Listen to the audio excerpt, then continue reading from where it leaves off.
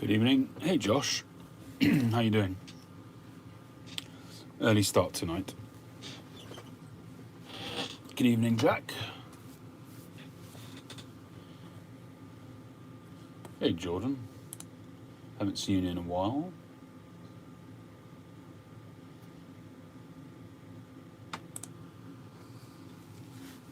Good evening, Tim. Hope you're well. Good evening, Abdel. Good evening, Jeff. Good evening, Jordan. Been a minute, yeah, Jordan, yeah. I'm looking forward to receiving your pipe. Welcome aboard, Abdel. Thank you for joining.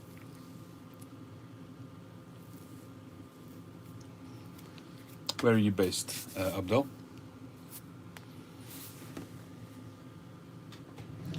Which part of the globe?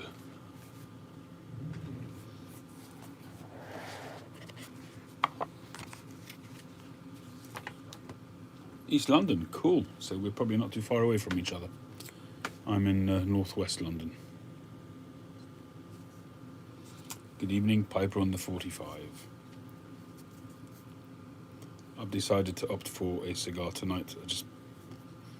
I've been smoking my Northern Briars Sea Urchin, and I've had some Erinmore in there. I was on the virtual pipe club earlier on. I was smoking that. I do have some Savinelli pipes. When I say some, I've got, I think, 3.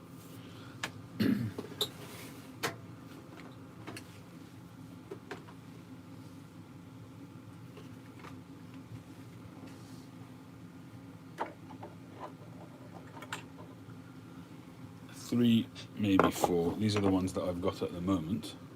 This is my 606 St. Nicholas. This is an autograph which I've had for a while. Good evening, John. Really nice sound blasted one. And I've got this one, which is an autograph which I got fairly recently. I put a new stem on it.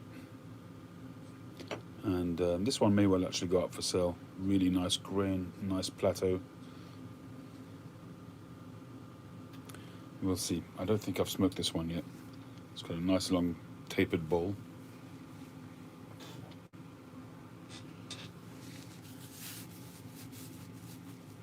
Why'd you ask, Jack?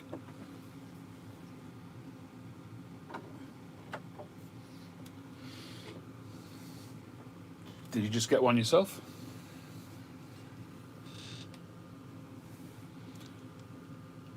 Hi Barry, Declue. How am I today? I assume that's what you're asking. I'm in pain, in short. They're good pipes, Jack. Generally speaking, Savinellis are always a good bet, a safe bet, good value.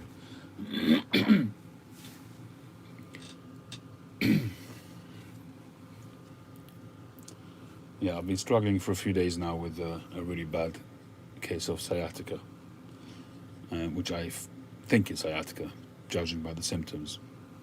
And obviously I've got to get it checked out. So I'm hoping to see my doctor on Monday, get it checked out.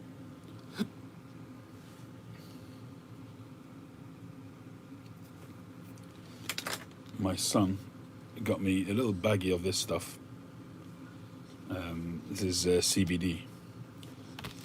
I mixed some of it up with a bit of pipe tobacco on Friday, just to see if it would ease my symptoms. But I think I took about 2 or 3 puffs and I didn't like it, and I just dumped it. So I'm not one for these kind of things. I've never ever smoked anything other than regular tobacco, and I probably won't start now.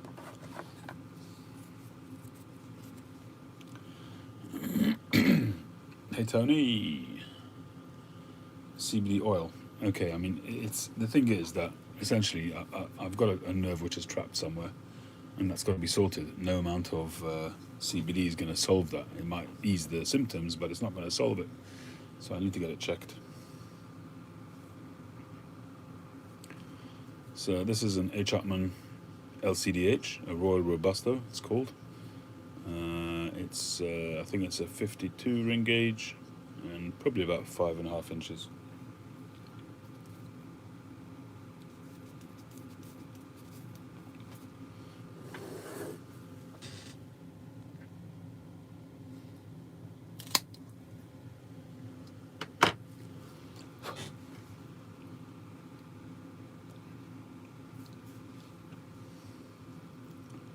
Your rotary cuffs. Whereabouts in your anatomy are they?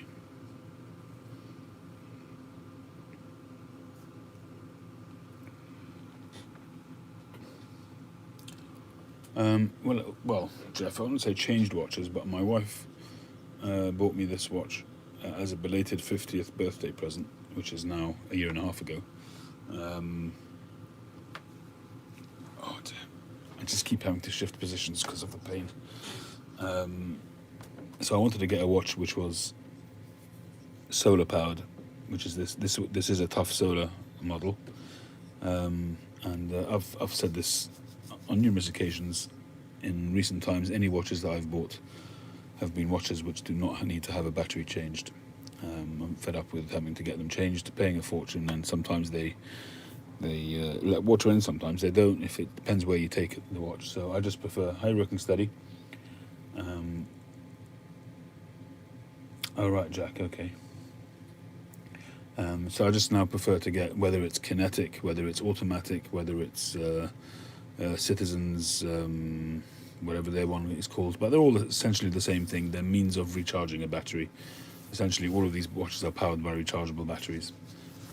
So that's the way I've gone now for a few years.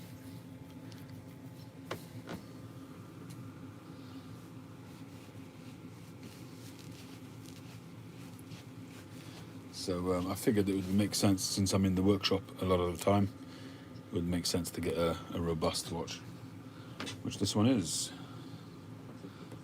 Connoisseur A is a very nice cigar. Tim has smoked quite a few of those. I've had a few of them myself. It is indeed a nice cigar. It's got a really nice burnt sugar flavour in there, like a cinnamony, sugary kind of flavour, which I like.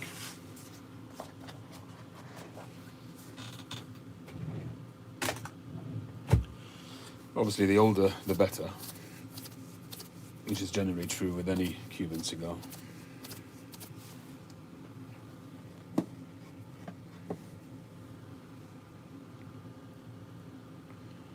I'll light that up soon.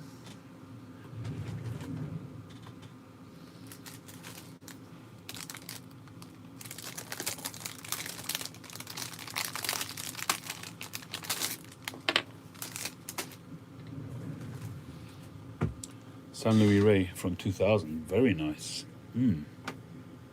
Hey Joe, how you doing? Long time no speak.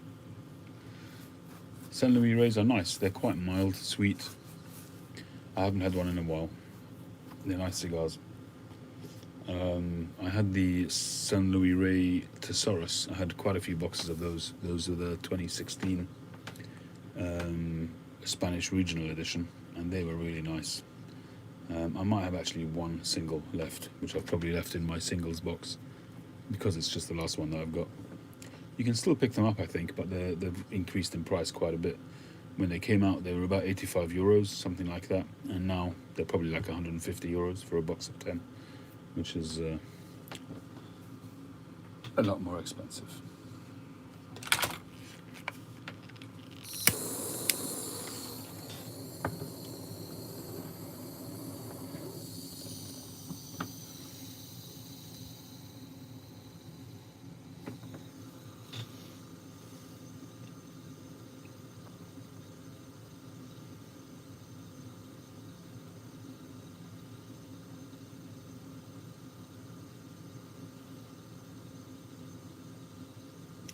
Yeah, you don't find them smoked that much, the San Luis Rey. I must be honest, I don't know if I've smoked the regular lines. And I haven't really been buying cigars recently, so I'm just smoking through what I've got at the moment. I bought the odd single here and there if I've visited a shop, but in terms of boxes, I haven't bought a box for quite some time now. other priorities,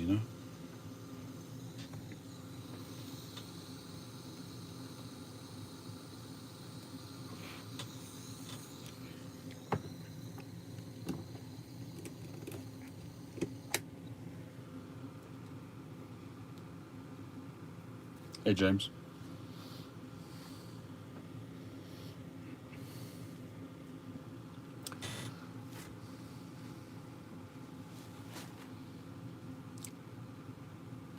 My special tobacco blending session end. Good question. Yeah, James, still in pain. Still in pain.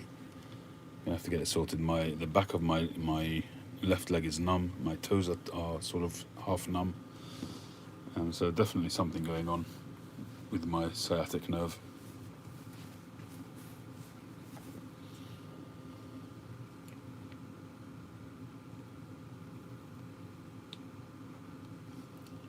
Yeah, this is a good lighter. You don't see them around much anymore. I bought this in JJ Fox's. I think it was about £38, £35, so it was pretty good for the money. It's a nice desktop lighter. There you go. It fills up. It's got quite a big chamber in there, so it fills up and lasts quite well. You can adjust the flame, and you can adjust it from being a soft flame to a torch, and you can click the button so it stays alight. You don't have to hold it. So when you're lighting a cigar, it's perfect. Does the job very well.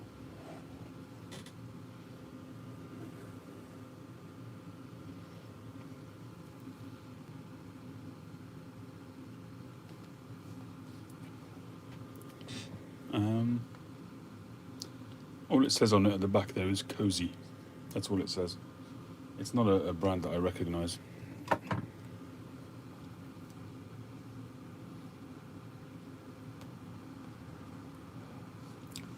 So that new blend you're talking about, I mentioned it just before when I started.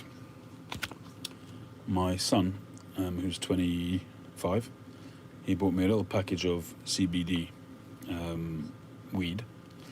I put a few... I mixed it with some Blend 131. I took a couple of puffs and didn't like it, and I dumped it. I posted a picture of it on various bits of social media, and I was roundly advised not to do what I was about to do, which is to mix it with... and they all said, just if you're going to smoke CBD or weed or whatever it might be, just smoke it pure in a spliff or something like that. And you have to inhale it to get the best benefit. And I haven't inhaled any kind of smoke for 30 years, and I wasn't going to start now. So yeah, M Cigar, it wouldn't surprise me if they're the same thing, and they're probably just branded.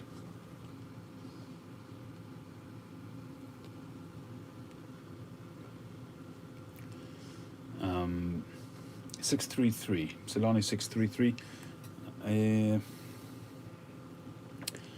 So that's the Virginia. I think it has a bit of Perique.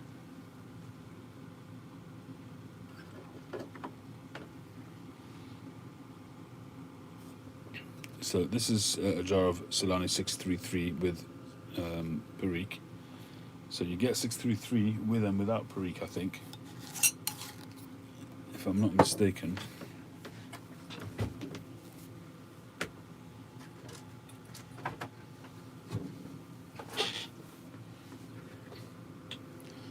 So this is 633.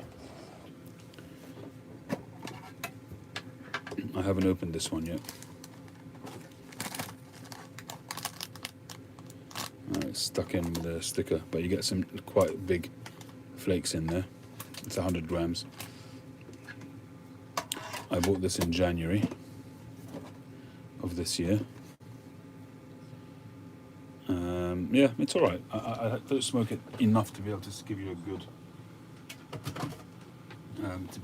a good opinion of what it's like, to be honest with you.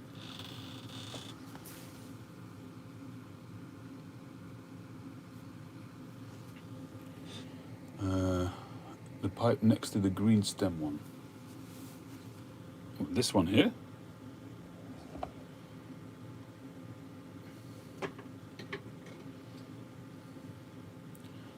This one I actually smoke myself.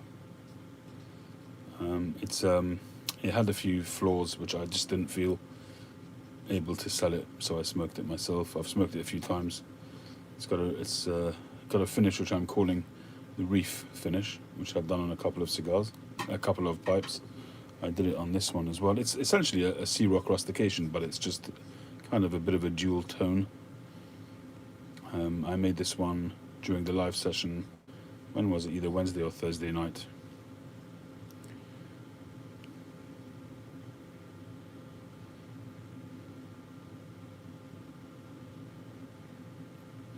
And that one is sold, pretty much sold whilst it was being made.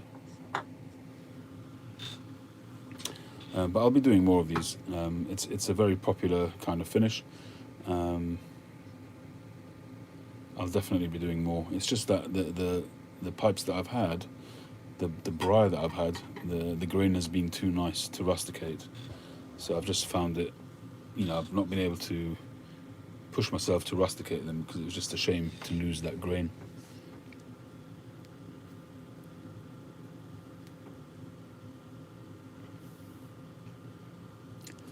Thank you, King Kong. Good afternoon, Mef Zu Dem Yu.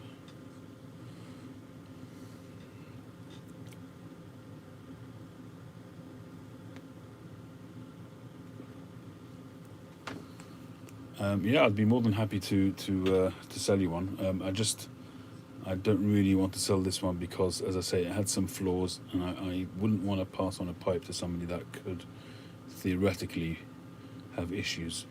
So I think I wouldn't do that in good conscience. I think at one spot it had a fissure which potentially went all the way through. I wasn't sure, and if it didn't go all the way through, it was close to going all the way through. And I just didn't feel it would be right to pass that on. It would,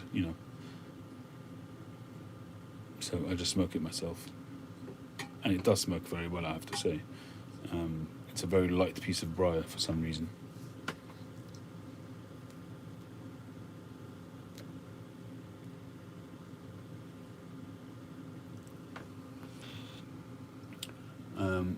Thank you, King Kong. Yeah, I mean that's a fairly normal situation.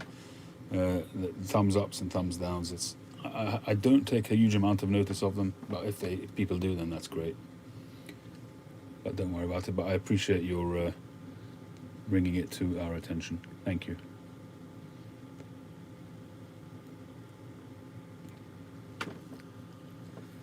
So tonight we have a H. Upmann Royal Robusto, which is only sold by the La Casa del Habanos branches.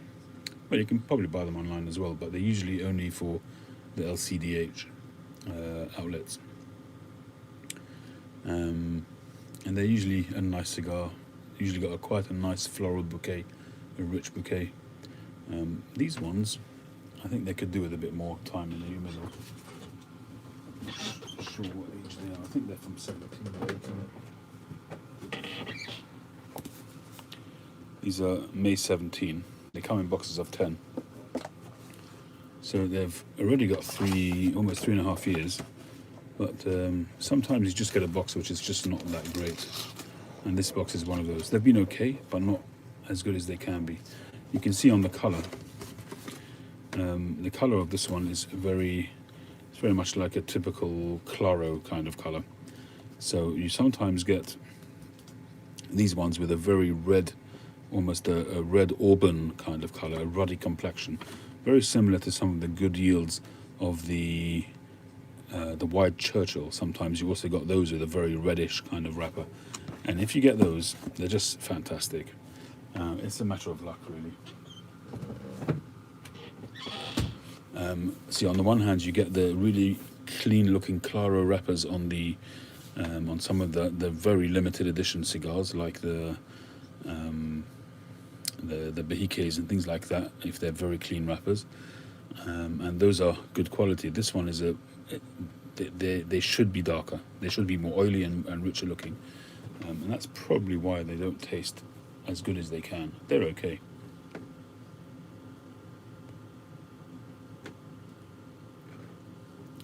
Good evening, for Liv, Fliv, and John Adams. Hi.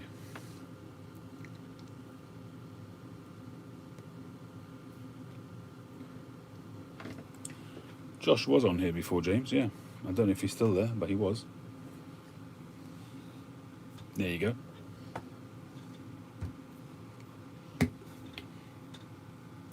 Ciao, Sandro.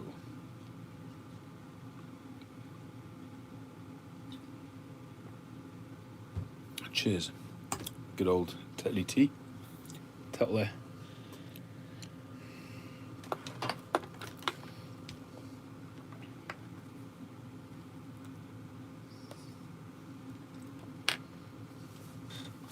Hey Boris, how you doing?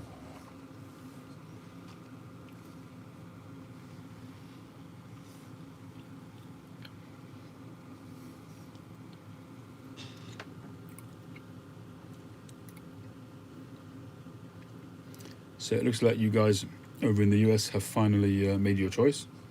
Well done.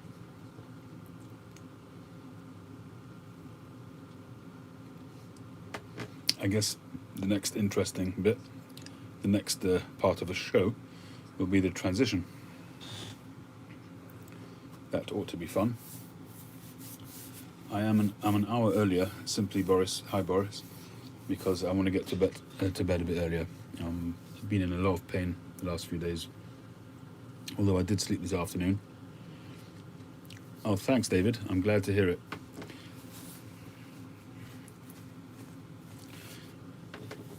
So you guys can see the last comment from the Virtual Pipe Club. That's David, and he's one of the two hosts of that show, and it's fast becoming a very, very popular part of the pipe community. Hey Cliff, how you doing?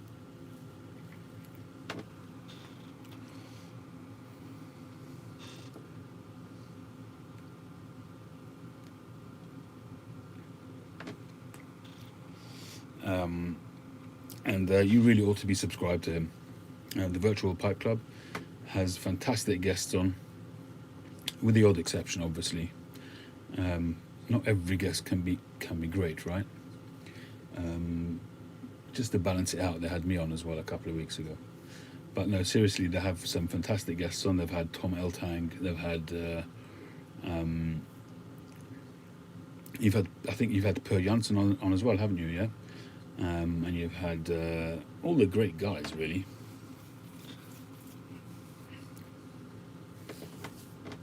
Pipe makers, tobacco blenders, all the top guys in the pipe world. It's very impressive, actually, because a lot of the time these people are very, very busy, and they probably get asked all the time to appear on people's channels and stuff like that. And so I think for you to accumulate such an amazing sort of top of the line set of guests is really quite an achievement, and you're to be applauded for that. I think you've done very, very well. Either you know people in high places, or the style of your show just appeals to them.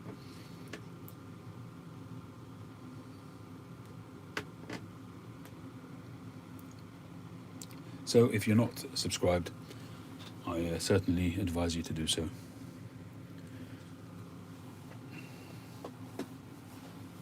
Hey Jimmy, how you doing?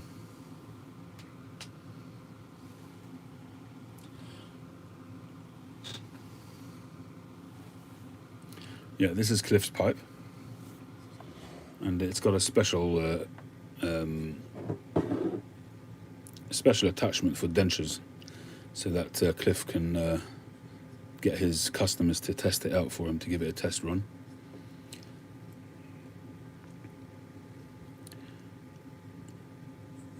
This one is now completely dried and ready to go, so that will get in the post in the next few days, lockdown permitting.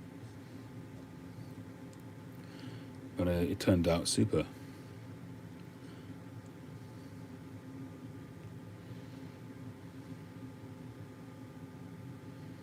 Nice swirly stem.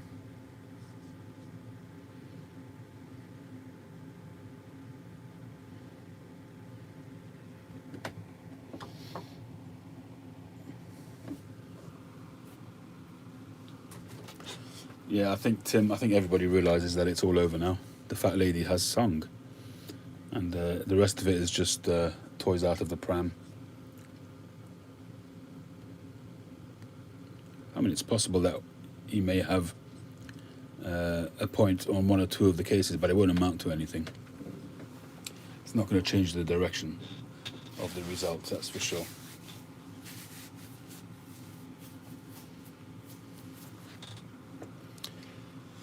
I must be honest, it is a dilemma, because I wouldn't want to say that there's a bigger market for rusticated pipes, but there is a healthy market for rusticated pipes.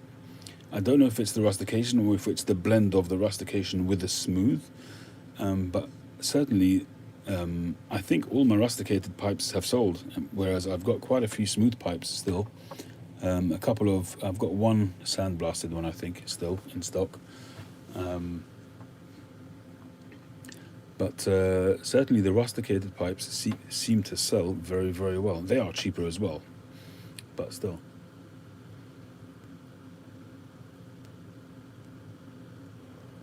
I remember the first time that I used this color combination, dark with a yellow stem. I got quite a few comments, people saying, "Ooh, that's a bit of a contrast." But I actually love it. I think it's great. I think the darkness against that golden yellow just pops very, very well. And I think it actually works fantastically well. I've used that combination a few times, and I think it's great. I do have several pipes for sale. Generally speaking, my pipes, every so often I'll do a video here on YouTube, and you can see, and there'll be a price list on it. I'm due to do one very soon, probably this weekend actually, of some estate pipes. I've got a bunch of Stanwells, really, really nice Stanwells to go on. I showed a few of them on Friday in a video. I've got a lovely Peterson from the 1970s with a silver band. It's a Donegal. That's a 9mm as well, in absolutely fantastic condition.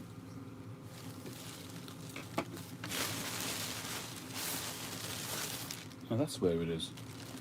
I thought I'd lost this pipe. This is my own pipe, and I couldn't find it. I'd put it in the bag with the pipes going up for sale. This Leswood Fern Down, beautiful smooth pipe with a silver spigot.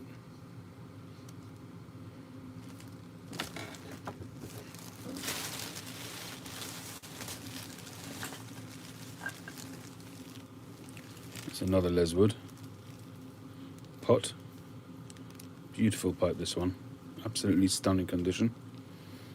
There's two Leswoods going in the sale.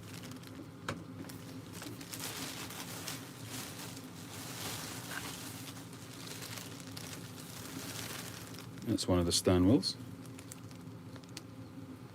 Beautiful ring grain. This is a year pipe. This is pipe of the year 2000. Stenen Flamen.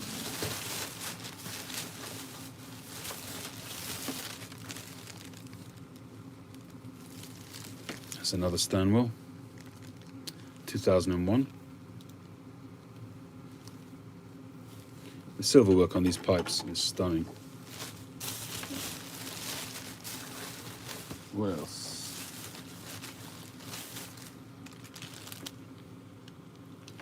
That's a 1999. Interesting silver work on this one. So actually, I didn't even think about this. It's 99, 2000, 2001. So you can have a triplicate there.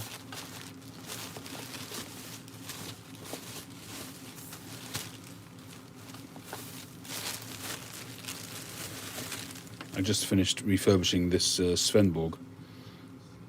Cleaned it, polished it, silver band.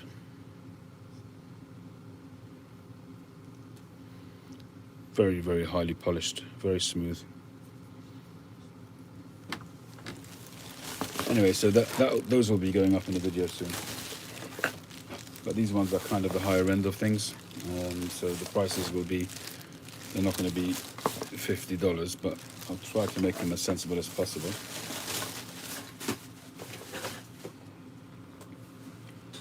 And in terms of my own pipes, there's obviously this one here which I made just a few days ago.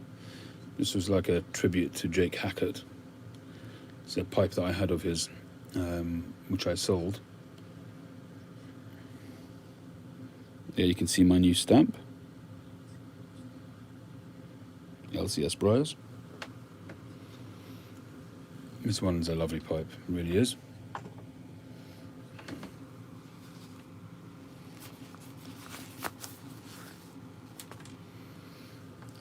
And this one is one of my 3-star pipes. Amazing grain on this pipe.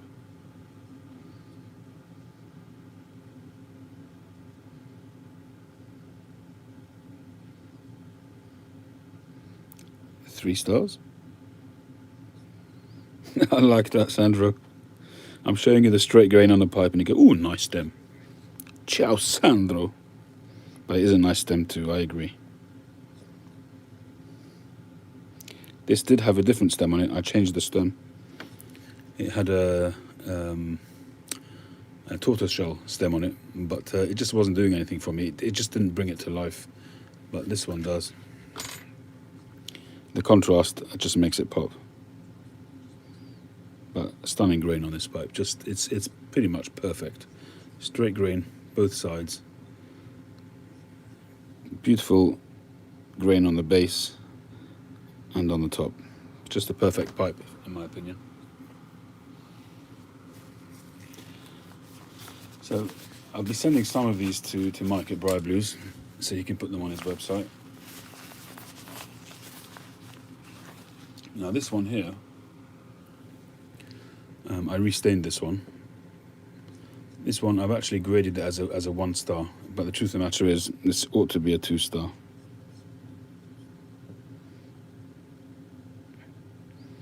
The grain on this is great. It's lightweight. It's got an ebonite stem, but I've done so much work on this stem. I guarantee the person that smokes this pipe will love it. The comfort of this stem is just going to be out of this world. It's got nice grain. Plateau. That's be a great smoking pipe.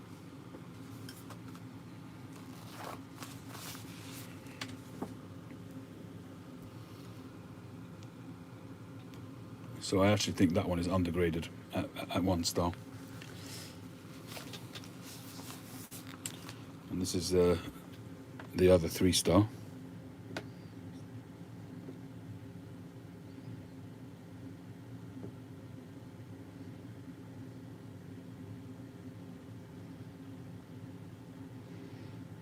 Just gorgeous grain.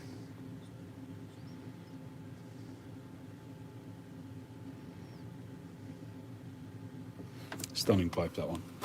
Anyway, I don't want this to be a sales video. This is about just enjoying a pipe together or a cigar. So who are you trying to get in touch with, James? Is it you talking about me or to Josh? Ah, you're talking to Josh, okay.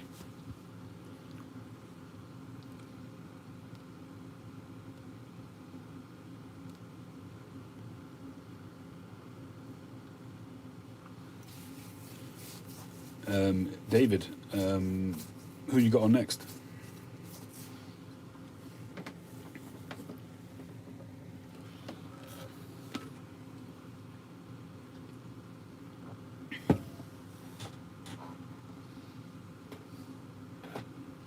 It was my pleasure, Cliff. It creates a bit of a connection for me as well, not just for the person who buys the pipe, but for me as well, because when I'm making it and I've got a picture of somebody in my mind, it also creates some kind of connection. Jeremy Reeves and Shane Ireland from, is that Cornell and Deal?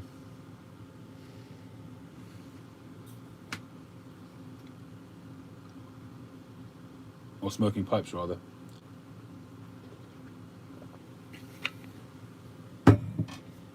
Yeah.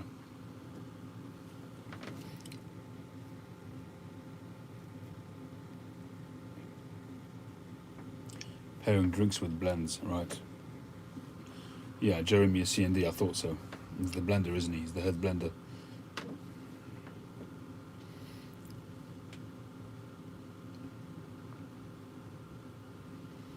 the best, Cliff. You better stay in her good books.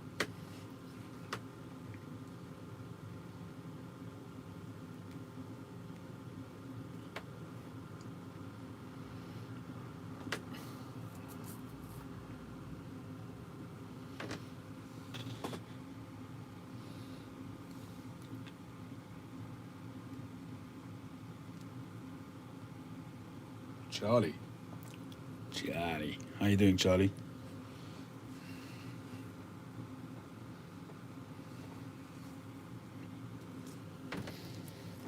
I can pass it on, Josh, if you want. I can pass it on to James. James, if you hit me up on Messenger or email, I'll just send you his information.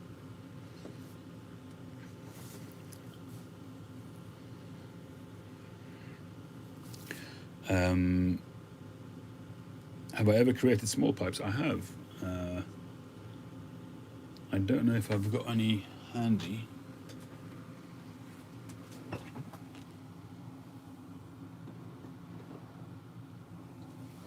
Actually, this is not a small pipe, but it's a pipe which I haven't shown that much either. But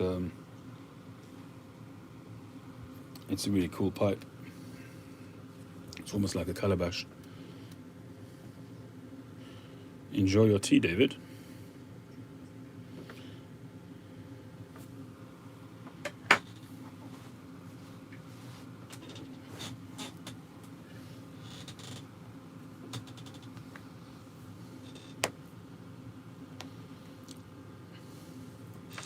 pipegrump@gmail.com.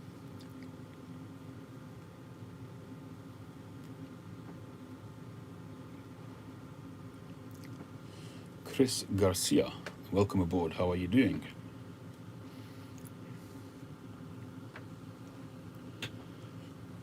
So what's everybody smoking this evening? I noticed you were smoking a cigar, David, at the beginning of... Oh, you're going to make a cup of tea. All right, we'll catch you when you get back.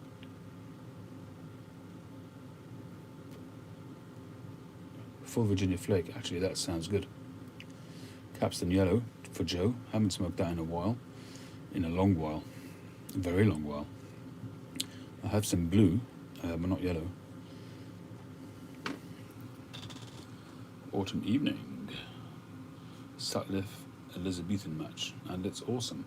I haven't been a great fan of Elizabethan, I must be honest. I do have some tins, but... Vintage Latakia with some cigar leaf. Ooh. That sounds good. Sounds interesting. Star of the East. Another great blend. Another good Balkan. Bad Nun 2. Is that one of those blends that I can't remember his name now, the guy that partnered up with Chris Eldridge?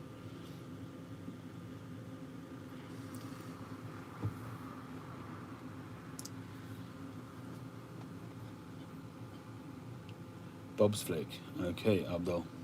That's an interesting... you're talking about Bob's Chocolate Flake, yeah?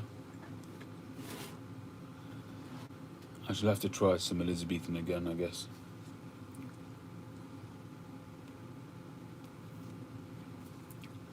That's a very interesting blend, Abdul. I did smoke that for a while back in 2016. It really got to me at the beginning. I really enjoyed it, but after a while the taste just became a little bit too much. There's Latakia in there, there's Virginias, there's Lakeland. There's a lot going on there, and a bit of chocolate flavouring as well.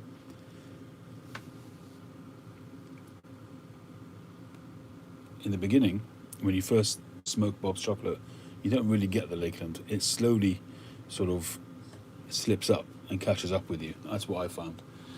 And Sinjeko, I think I asked you that same question, Tim. That name rings a bell.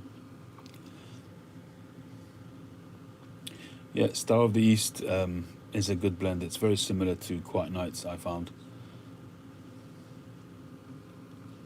I haven't seen Stephen. Hi, Glenn. How's your dad doing, Tim? Although we saw him on Wednesday night in Professor Jeremiah's Zoom, and he looked spiffing.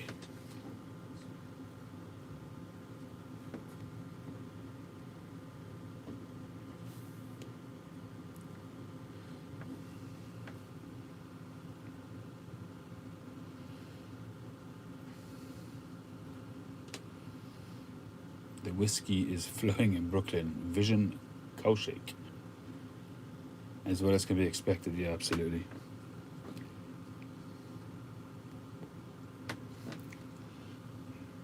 How you doing, Glenn? I'm not sure that I'll be on as long as normal because I am in quite a fair bit of pain. And then if you can hear the creaking, it's me shifting around in my chair because it's kicking my butt, to be honest.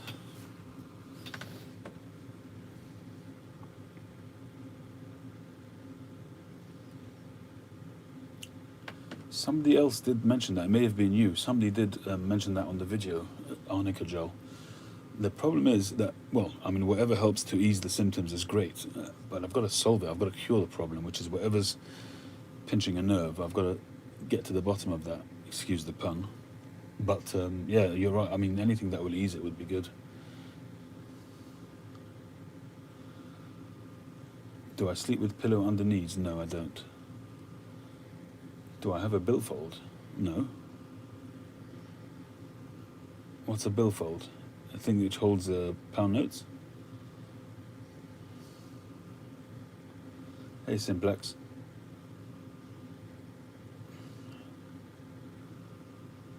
A single malt. Like I said before, my son got me some of this. I tried it on Friday. I took about 3 puffs and I dumped it. I don't like when things happen to me. You know, when you kind of...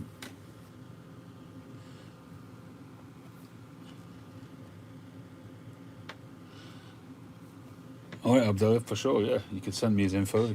My email address is lcsbriars@gmail.com.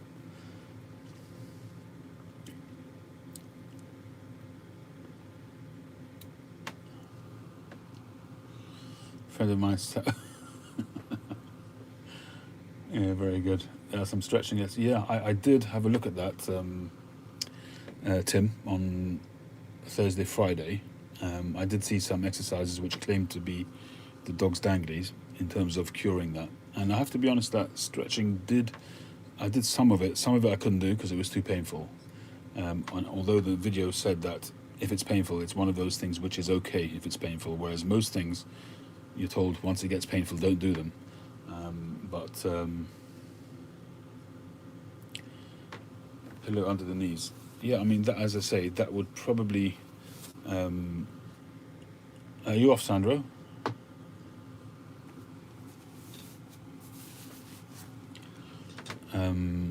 Yeah, so that, as I say, that would hopefully help with the symptoms. But I am taking a lot of painkillers at the moment, and it kind of sometimes takes the edge of it, and sometimes it doesn't. Sometimes I'm just dancing. I don't know what to do with myself from the pain. But, you know, literally just sort of swinging from side to side in my chair, that kind of thing.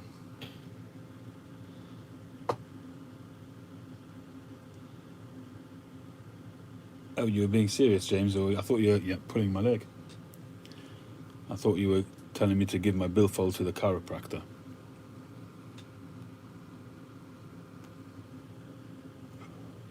I don't have a billfold, but I have a wallet.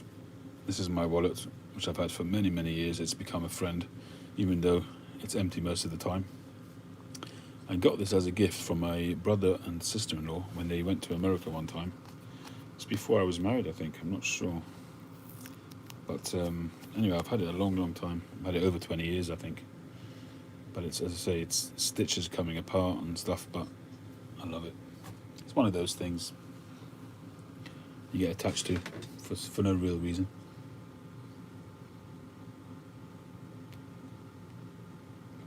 It could be the problem, but it's on the wrong side. My wallet is on the right side, and my pain is on the left, although where the nerve starts could be anywhere. It could be, I mean, yeah. But I don't usually... I'm not usually sitting on it. No, I'm certainly not lying on it.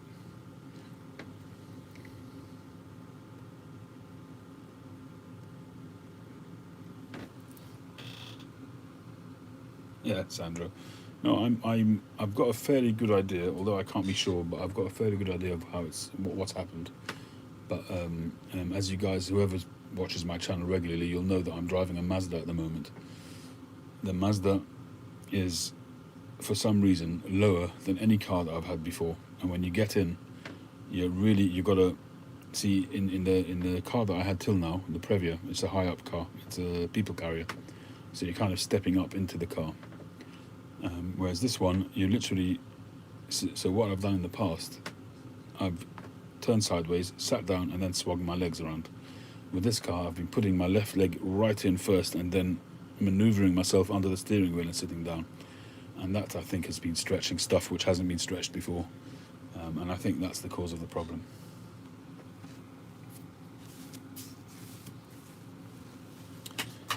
Hey Eric, you alright? Going well, thank you, besides for a bit of pain, but otherwise going alright. I didn't go into the workshop tonight, just too uncomfortable.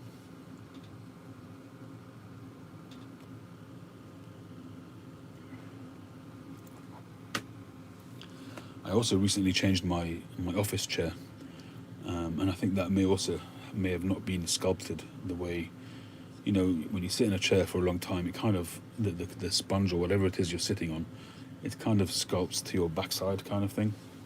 And this new one was sculpted in pretty much exactly the wrong place, and I think that the pressure points may have been different, and I think that's also contributed to it. So I've ejected that chair and I've gone back to my old cronk of a chair, which creaks a bit, but anything that I can do to ease the situation.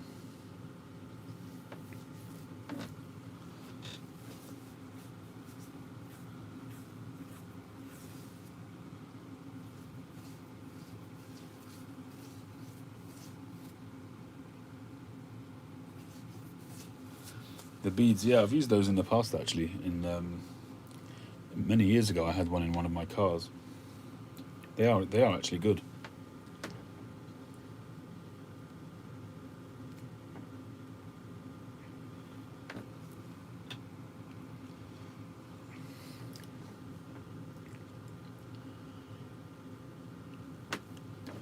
I've got to say that I'm not enjoying this cigar. I'm going to let that go out.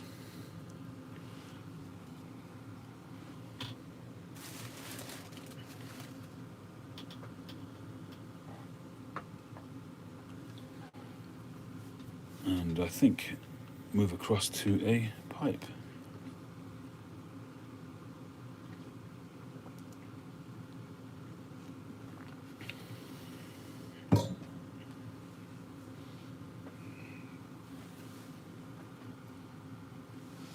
Well, I brought out this before for somebody mentioned it, so maybe we'll give this a try. This is 633. It's Virginia with Perique.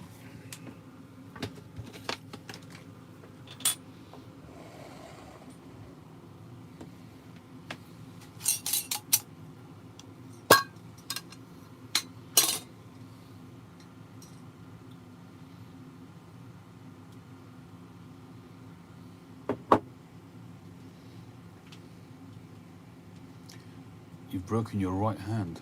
Oh dear.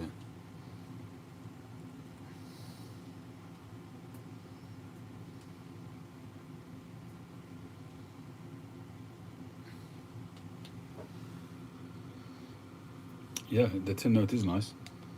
It's got a grassy, like a sweet grassy aroma with a bit of a chocolatey aroma, which I often get with Perique blends. One which is very noted on a Perique blend is GQ Tobacco's Asquith mixture. I find that one, when you press it and leave it for a few months, you get a nice, rich, chocolatey kind of aroma.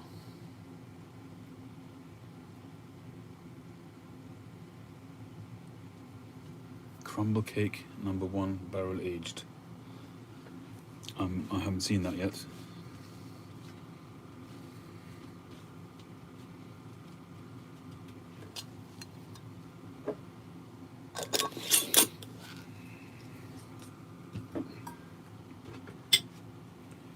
It's been a while since I've smoked my little apple.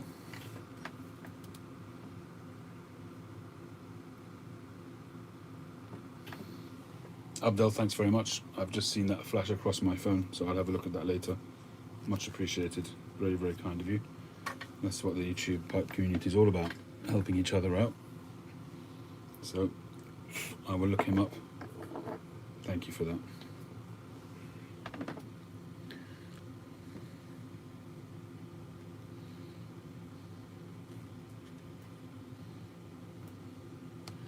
So this is a little apple I made a while back with a kind of a faux sandblast look. So rustication or carving.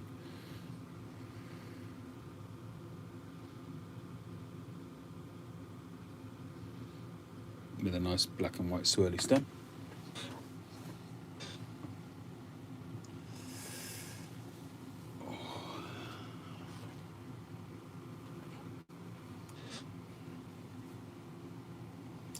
Buonasera, Paul.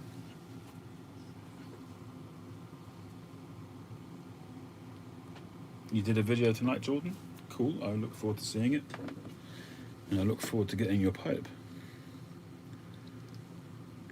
Oh. It's really funny. Sometimes you could sit for half an hour and not have too much pain. And then you just do one move, slightly wrong, and it all kicks off.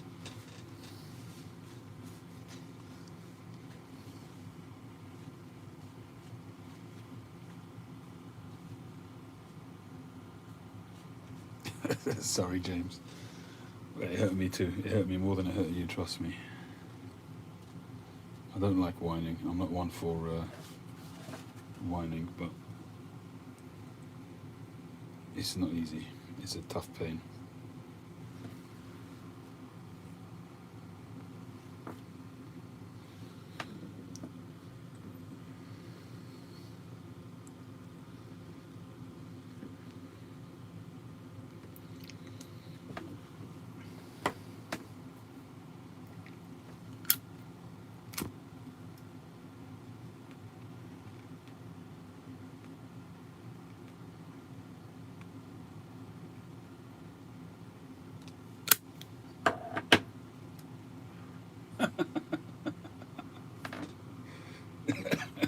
Ow!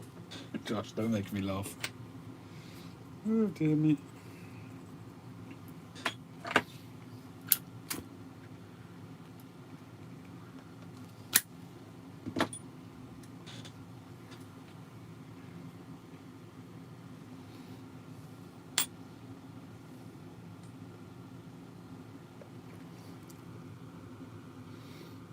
Smokes very well, this pipe. I don't have any of those blue pills in my house. There's only one reason for that.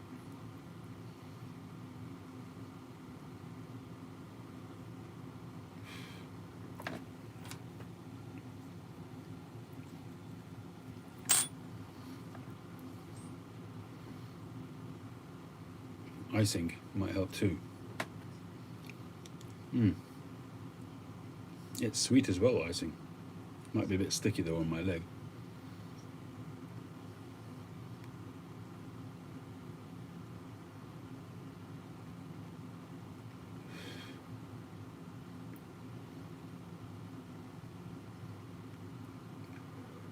Yeah, I might just do that, get some kind of cooling balm of some kind just to ease the pain. But it's quite clear to me that it's not a localized thing, it's a nerve thing. So I was watching one of the videos on Friday and they give a very good explanation. Imagine you've got a long water hose. If you pinch the hose at the top end, then the water doesn't come out the other end.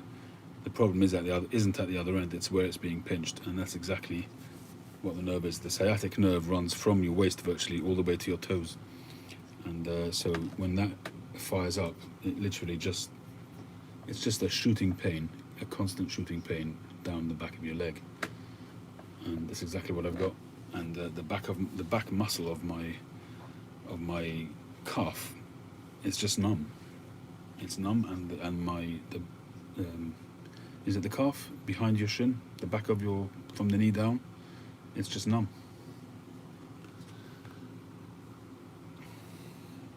But there's quite a lot of pain behind the knee.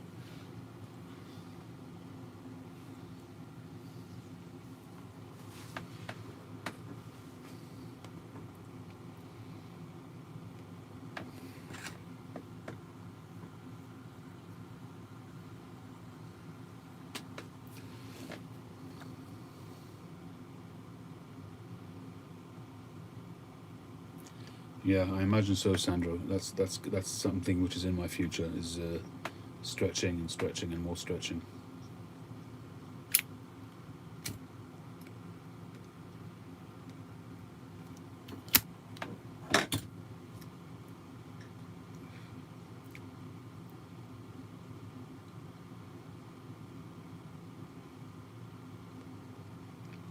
This 633, the Perique definitely comes through.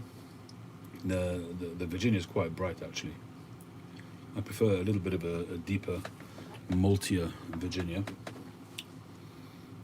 It's quite bright, almost dry.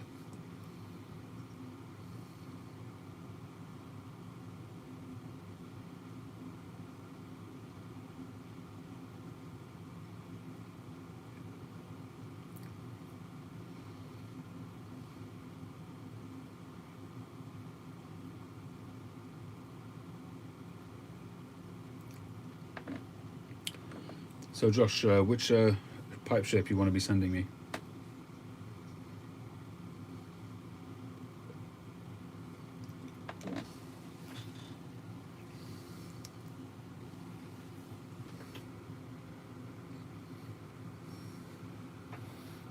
It's a little bent Rhodesian with a little bit of plateau.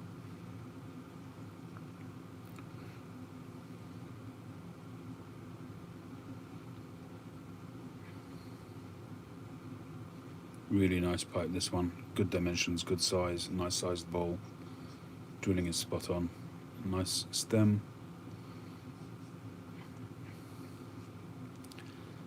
This one is sold. That's got to go off this week as well. Sandblasted Rhodey with a green stem. Sure.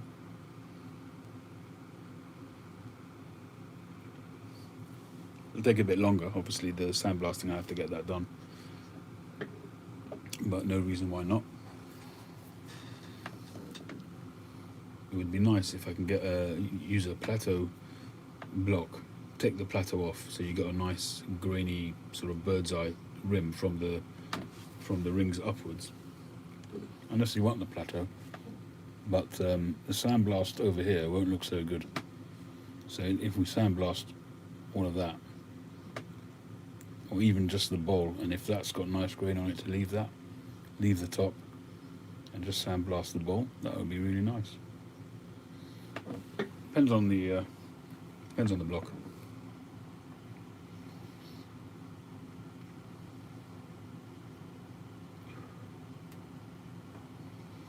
Or button polish, yeah, could do.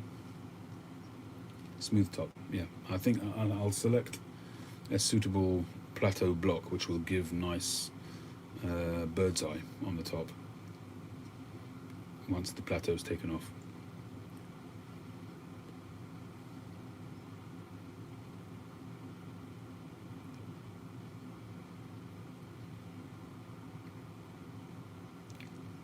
Yes, it is a sitter, Sandro.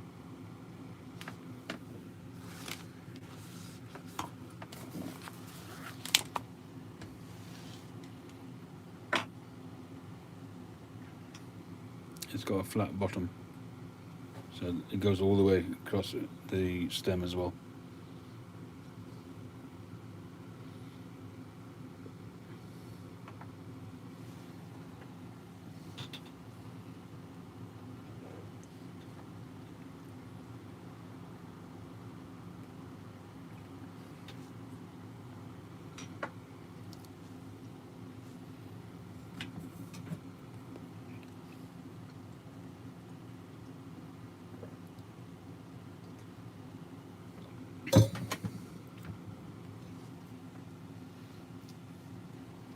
I can tell you exactly what it weighs in a sec.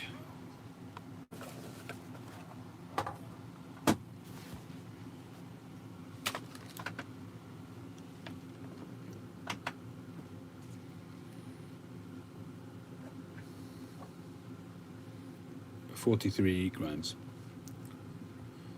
That's a lovely weight. It's perfect for clenching if you're into clenching.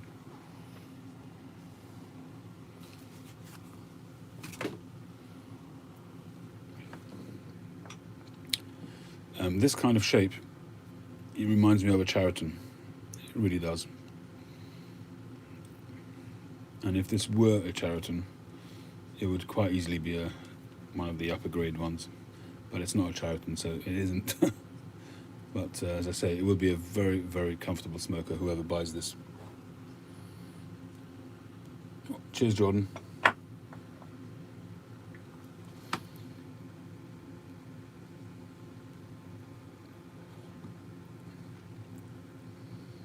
That one, I think, Josh, was quite more of a stubby one, if I remember correctly. Yeah, I can do that. No problem, Josh.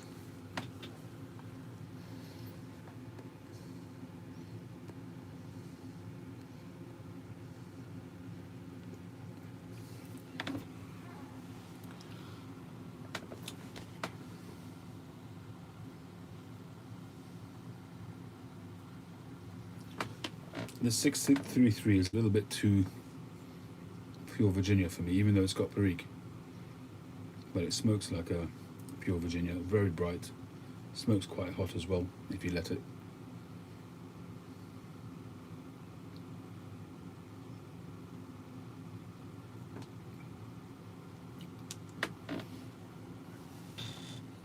Somebody asked before if I make small pipes. That one's quite small.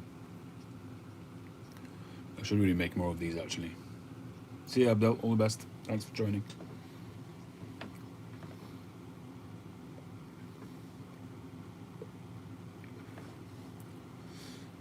The type of pipes which I think I actually sold the one that I wanted to show you, but I think what makes for actually fantastic smokers is pipes which are this kind of shape. So not necessarily that height of bowl, but having a half bend,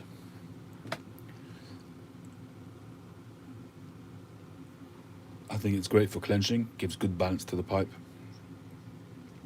And in terms of, it's not so bent that you have difficulty drilling it. And it just, for me, it gives you the best of all worlds.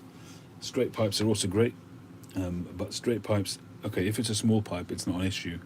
But if, like me, you've got, you don't like clenching for too long because it pulls on your jaw joint. So a bent pipe is going to be much more forgiving. And I find that pipes which are slightly bent, say something like that, which is somewhere between half and full. This one's probably around half, actually. I think they're just great. If you have a full bent, then it's kind of, sometimes, depending on what you're doing, the smoke can get in your face. But I find that half bent pipes, for me, just hit the sweet spot these days. It's taken me a while to get to that place. I've been to full bends, part bends, then back to straight pipes. But I'm fairly settled now on that. Hey, John.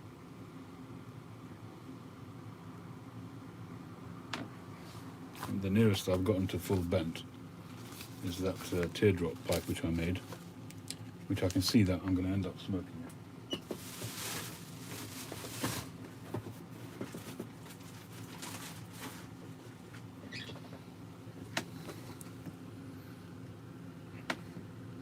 So I made this one about a week or so ago. I just really wanted to challenge myself on the shaping. It was really tough to make on the lathe because there's very limited amount you can do on the lathe with it. But I just loved the way it came out. The drill came out a little bit high, so if somebody buys it, it'll be as a seconds. You can see I've put an X on it there to denote that it's a seconds, but in actual fact, I think it will probably smoke fantastically. Got a wide open draw, and it's pretty much full bent. I would say it's a fraction off being full bent, because it might be up there if it was a full bent.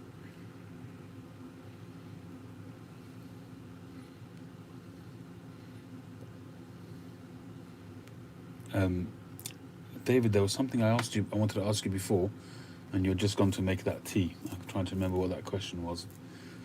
Yeah, so this was basically inspired by Julius Vest's shapes. His teardrop comes out even higher up there. I'm not sure if he calls it teardrop or raindrop or something like that. But that's certainly the inspiration for this shape, and it's a shape which I've been wanting to try. I even contacted Julius a while back to ask him if he makes 9mm, which he does, but I haven't actually gone to the point of ordering a pipe from him. Teardrop, okay. This one here, James, this one's £150. So my 1-star pipes start at £145.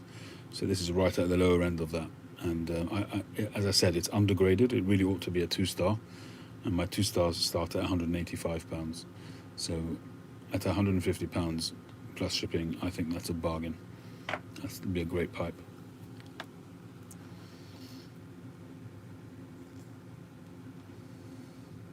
Oh right, cigar, yeah. So David, I noticed that when you, thanks JB,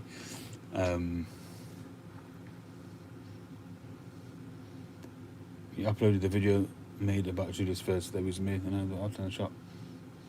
Okay. What's £150? If I had a pound for every time I was asked that question, hang on. £150 in US.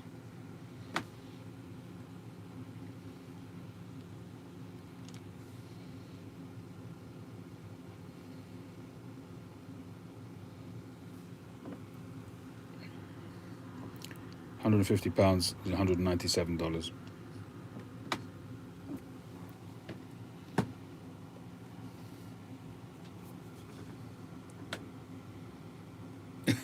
Not by the looks of it. I mean, I don't make it up. It's just it's an app which I've used for many years. It's generally used worldwide. This app, so by the time you're done with your shipping, you're looking at about $220, something like that.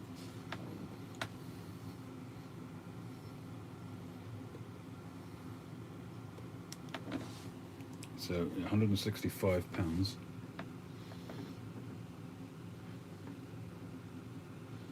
would be $217. So call it $215 shipped.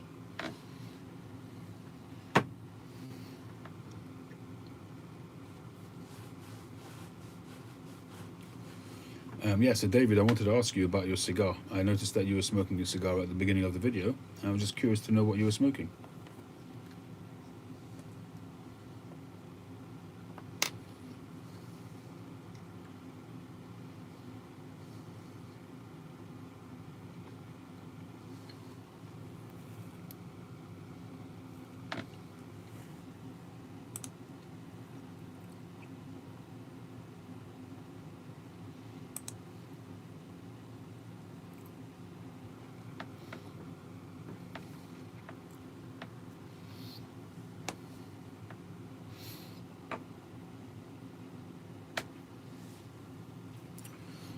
Are you guys getting the spinning ring on your screens?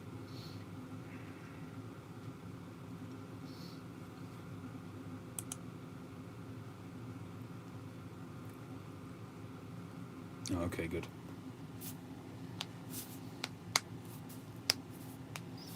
You grabbed it from the humidor and took the band off. Well, if you don't remember what it was, then it couldn't have been that memorable.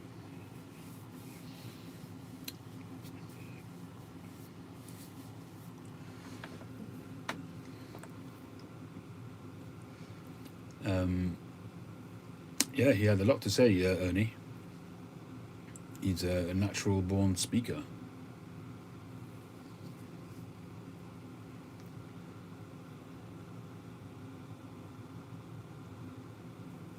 Bear piper? No, I can't say that. Do we think they'll ban tobacco sales in the UK in the next decade? When you say tobacco, you are including cigarettes in that?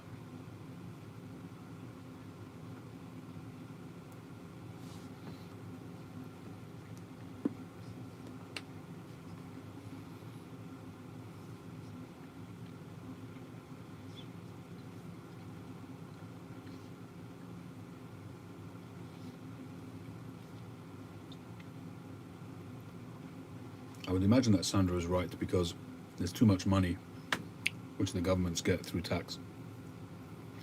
But I would say this: if it ever came to pass that tobacco were banned, I think it would have a lot more serious things for us to worry about.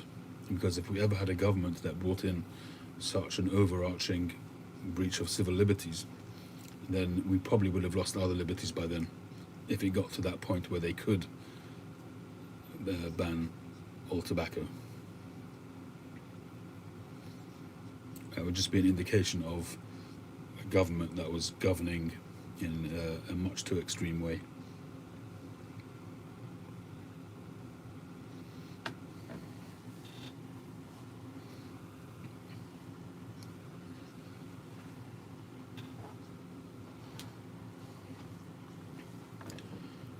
We have plain packaging here already. You can't buy a cigarette packet with the original design on it. It's all plain packaging here in the UK, cigarettes anyway. And I think that the pipe tobacco is going to go that way probably. I think that probably would happen. Yeah, I think, Jack, you might be right. I think that probably will happen. Put it this way, I think they'll take it to the nth degree, short of banning it.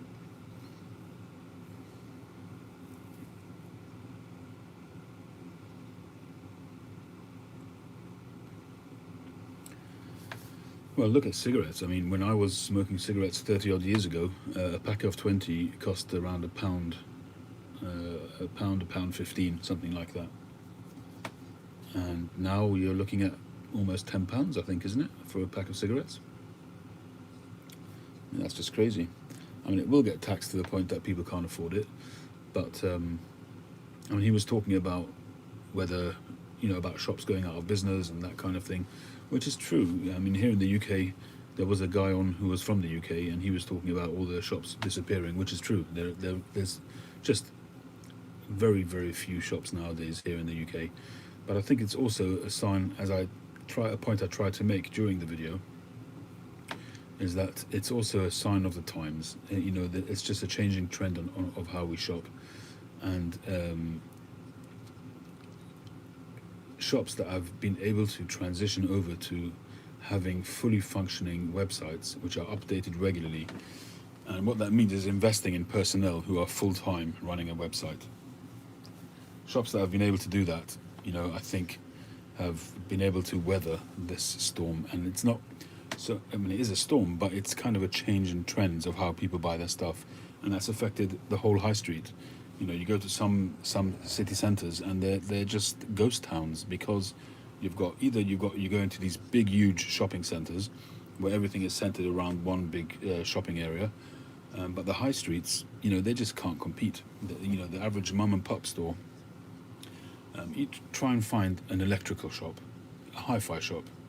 There's no such thing anymore.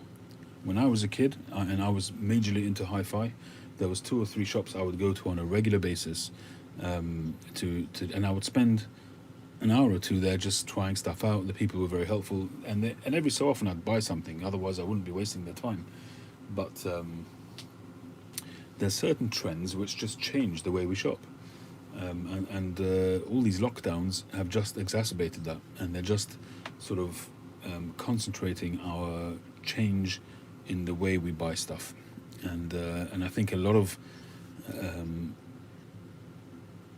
types of shops will not change back.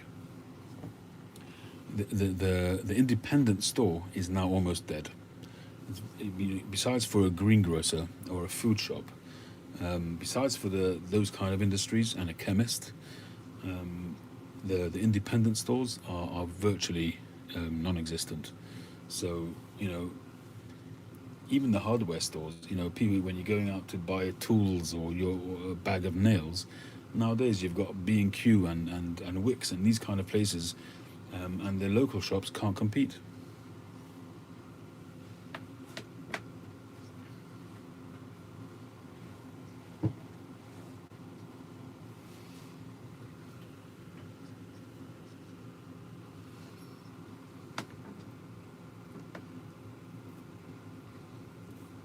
Yeah, Jack, in terms of cigars, who are we talking about here?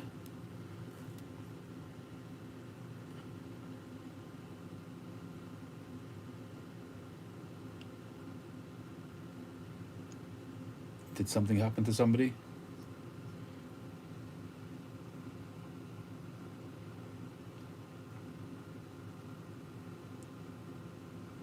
Bare pipes. Okay. Um, yeah, in terms of the cigar boxes, I mean, the last couple of boxes of cigars that I bought, you could hardly see the cigar box. Here's an example. Where was that box?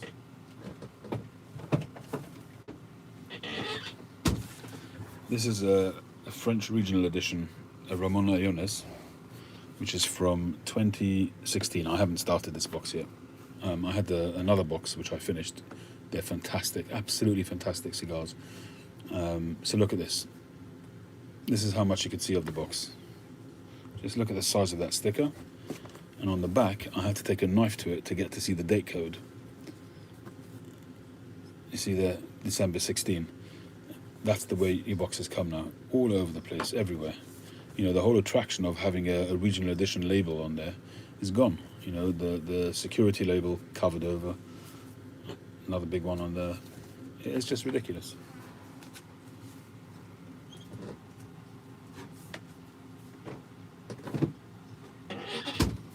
The stupid thing is that, I mean, nice topless. Who actually is going to take any notice of these stickers? Hey, North Country. You know, I can understand in a local shop where kids are around and maybe they'll take heed of those stickers. But if somebody's going to a cigar shop or if somebody's buying cigars online, they know what they're getting. And they're just... I don't know. I mean, it could be that it might prevent them getting sued. And if, you know, if there was some class action against cigar manufacturers for producing cigars, they will say, well, we warned you, maybe. But to cover them over like that, I don't see the point. I don't see, it's just them making a point to destroy part of the enjoyment, I guess. I don't know. I mean, if you guys got that in America, then I think you have passed a major threshold, because the cigar boxing in America is such a, for me, I think it's a huge part of the attraction, the visual aesthetics of buying cigars in America. The boxes there are just stunning. You know, so much work and effort and design goes into the packaging in non-Cuban cigars, that if that got sullied by stickers like that, that would be just a travesty. So in terms of the sleeves, Samuel Garworth did that for a while. I don't know if they're still doing it. Oh, it was just overturned. Fantastic. I'm really happy to hear that. Samuel Garworth, for a while, they sold their tins, their tobacco tins, in sleeved boxes, and the boxes had all the stickers on them. The boxes had them printed, so there weren't actually any stickers. But when you took the box out of the sleeve, it was a clean box, just the original design.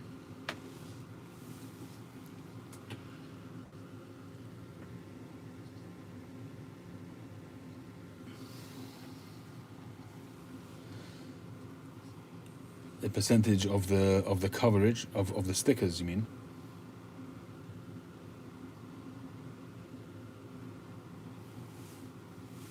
Yeah, the last one I got, I think, was Full Virginia Flake, and that one came clean out of the box.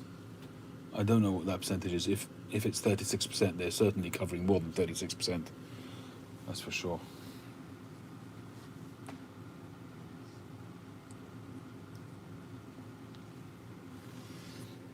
But watching that video today, David, did you see all those Samuel Garworth boxes that he had up behind him?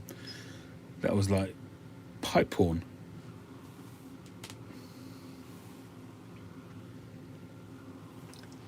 He must have had about 20 or 30 boxes of the large, what was it, 500 gram boxes? That was like manna from heaven. I guess that's his backroom storage.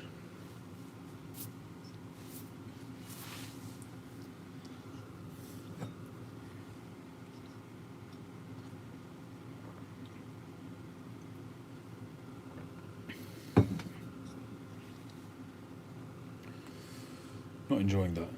I'm very fussy tonight. I don't know if it's because of my pain or whatever, but if I'm going to smoke a pipe, I want to enjoy it.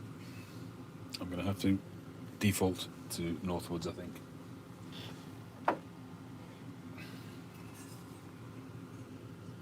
Well, he did have boxes all over the place. I thought, he doesn't really care how he looks, does he?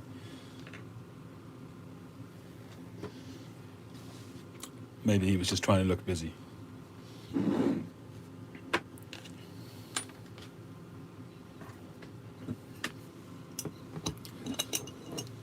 Yeah, I mean, truth of the matter is, in the States, I don't know any shops that have that amount of stock of Samuel Gowerth. I mean, that stuff flies off the shelf normally in the States. So this is where my current Northwoods is up to. And I've got a shipment of Northwoods currently now in customs. Well, it's actually in the post office. It's cleared customs, but I've got to pay. I've had to pay a fair bit.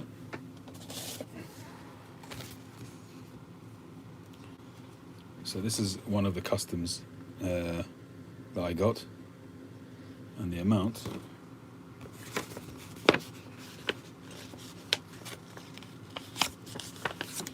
So there you go. There is a customs charge. So 1985 was one of them. I'm not sure which one it was though. I've got two packages, and the second one is £45. You're talking about $60. But look at this. What is it?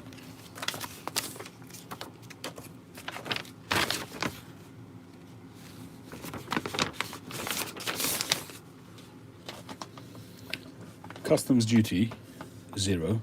Excise duty, 0. Import VAT, $33.85. So they've charged me, it must be, Josh, that must be yours because it's got new products in there. So they've probably charged me for the items there. And then they charge you £12 for the pleasure of handling the situation.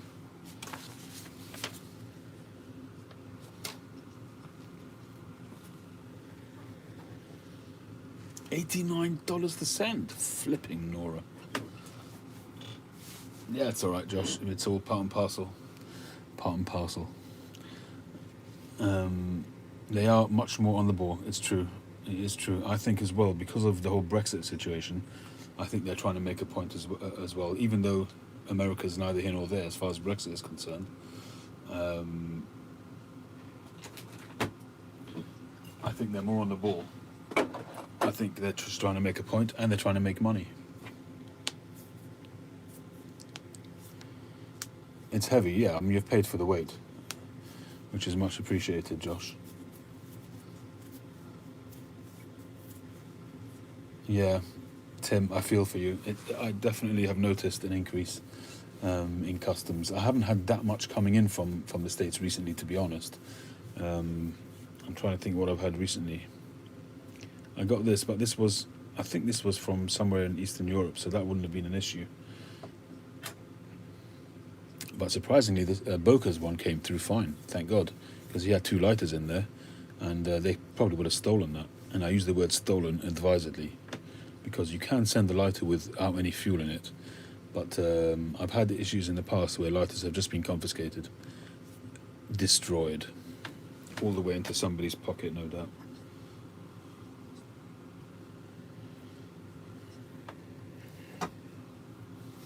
Yeah, I was very relieved, Charlie, and an absolutely ridiculously generous package.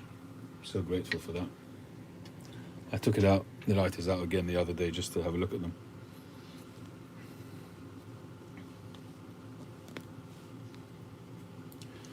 Alright, so we're taking out my LCS apple, and we're going to smoke some Northwoods.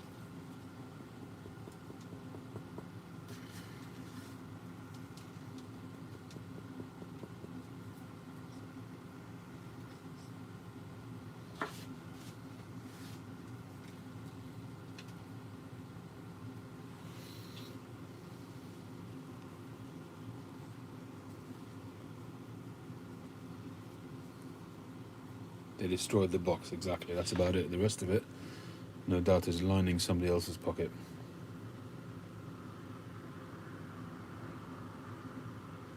It depends, Jack. Sometimes it's still worth your while to pay the duty, and it's still cheaper. Some of the tobacco prices in America are literally half the money that they are here. So if you take I mean, you could buy some, if you buy carefully, you can literally get it for next to nothing. You can buy, for instance, a hugely underrated tobacco, which is, in my opinion, which is Amphora. If you like Virginias, Amphora Virginia, the yellow pouch. To me, it's a very underrated tobacco. I think it's an amazing Virginia. Thank you very much, Rocking. Appreciate that. You can buy that for $7. I think Four Noggins has it for about $7 a pouch. So if you buy a few pouches of that, even if it gets stopped and you pay £20 or something like that in tax, you know, it's still $7 is something like £4 or £5. To buy that here, you'd pay £15, somewhere between £13 and £15. So it's a third of the price. It's unbeatable. I really would like to get some of that stuff. I had it in my basket on Four Noggins the other day, but I just didn't pull the trigger. Somebody did offer to do a trade, but to be honest, just the shipping was just so restrictive. I just didn't do it.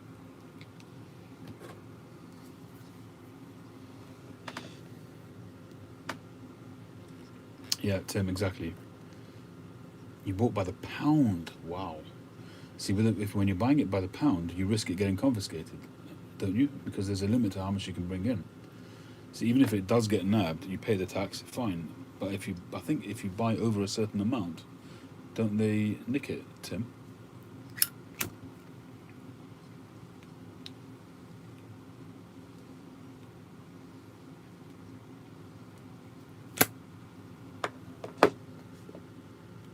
Hey, little fat.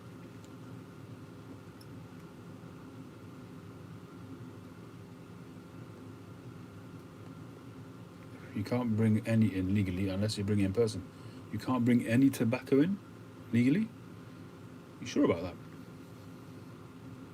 Now, maybe not from America, but from Europe, can't you?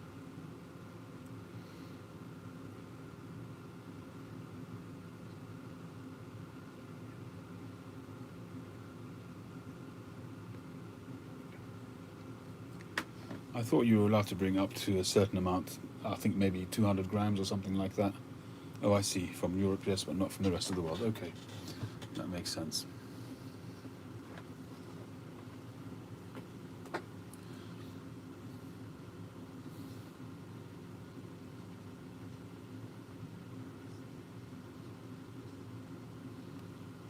I've found generally that if you buy sensibly, you know, you don't go ordering pounds and pounds of tobacco in one go.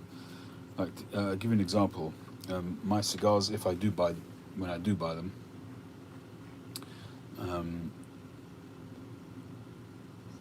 I buy from iHavanas, ihavanas.com.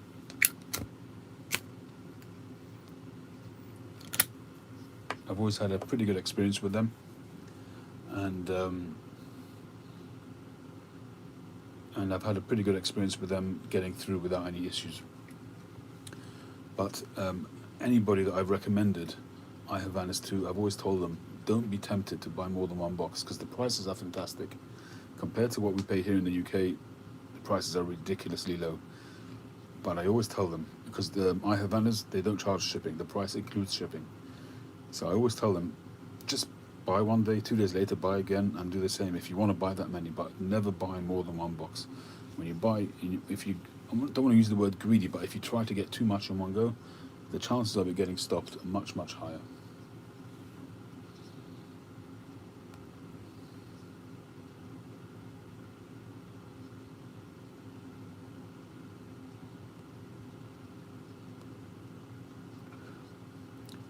Yeah, I mean, that is definitely the way to go, is to get friends to do it. It's just that I find now that the shipping costs have gone nuts.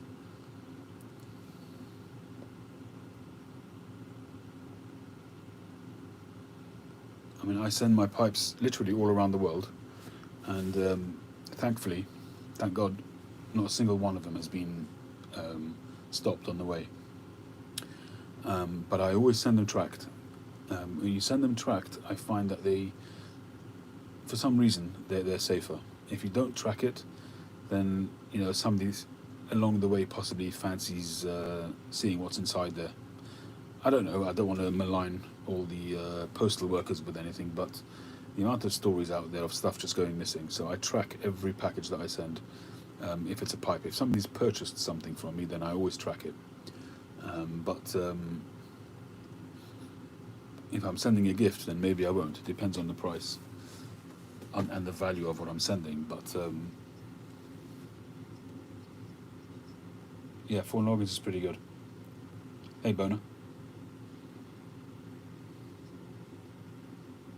Good night, John. Thanks very much for joining.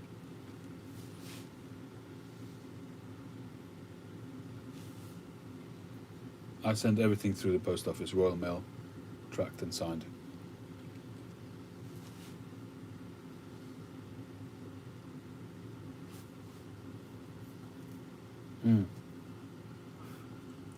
Yeah, that makes sense, Tim. The least conspicuous you can make your package, the more chance you have of it getting through. Because if you imagine the customs, they must be dealing with hundreds of thousands of packages every day. So it's only going to be stuff which catches their eye that they're going to really look into. Yeah, that would be the United States Postal Service over there. We do partner up with USPS. So if you send a package to me, tracked, then once it comes over to the UK, the tracking will continue here. And when I go on, I can put the USPS reference number into the track and trace on Royal Mail, and I'll see where you're up to. And I would imagine that it works vice versa. So if I send you a package, you should be able to track it when it hits USPS. But some countries, they're just not interested. Canada, for instance, is terrible. The postal in Canada is ridiculous. They don't track anything. It's just a waste of time sending stuff. Shalom Yakim, how you doing?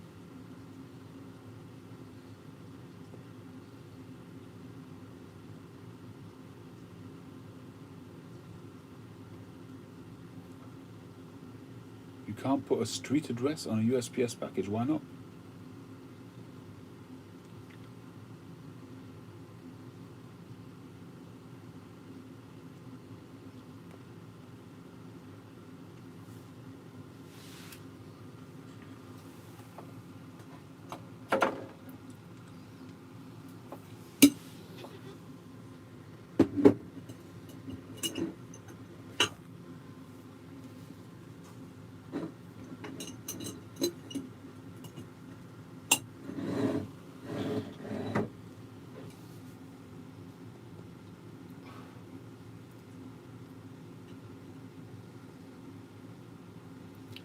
The postmaster sends it back because it's not. I don't get that.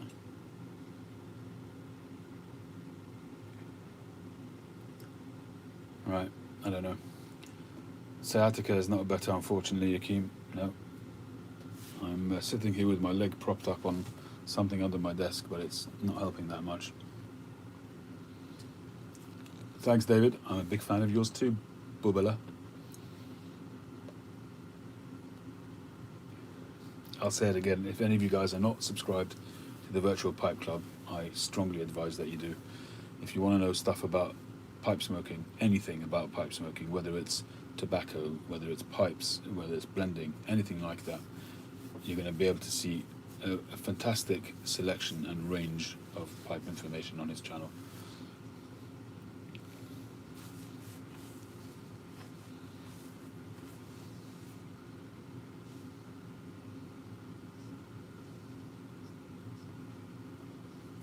I did actually have a rest this afternoon, James, so I'm okay for now, but I'm not going to stay on as long as usual.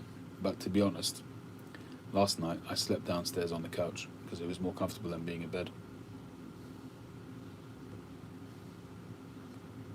How do, Brian? How you doing? Right now my legs are, I'm just shaking my legs under the table here because it's distracting from the pain.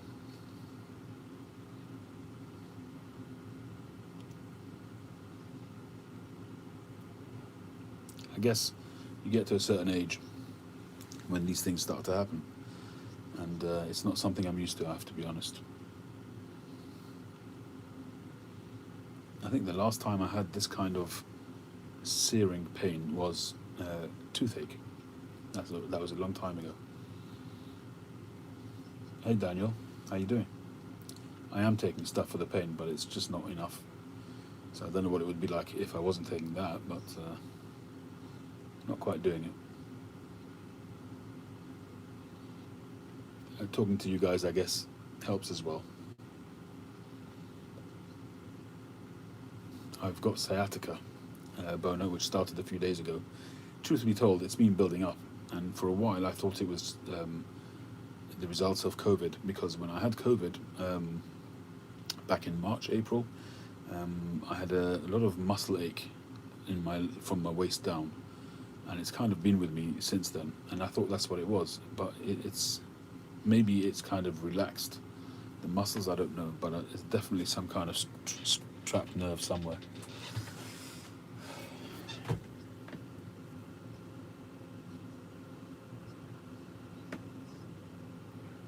You broke your back? Oh my gosh. L1, L2, that's the top of your spine or the bottom of the spine?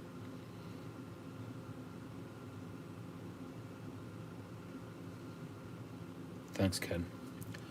Muscle relaxants I don't have, no. Cyclobenzaprine.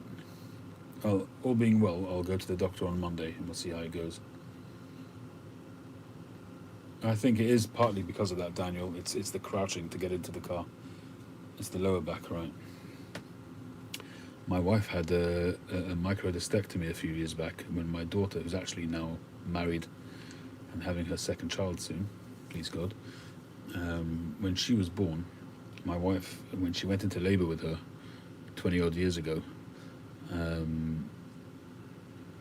she had a difficult labour with her, and after that she had some, her disc was basically sticking out and protruding into her spinal cord, and she had to have an operation to trim that disc, and she ended up getting some kind of infection, or the wound leaked and she lost some of her spinal fluid, terrible headaches, and she ended up being in hospital for a stupid amount of time. She ended up having 3 operations to sort it out, and she was on really high doses of antibiotics for about 2 years afterwards, and she suffered a lot during that time, but thank God she's fine now.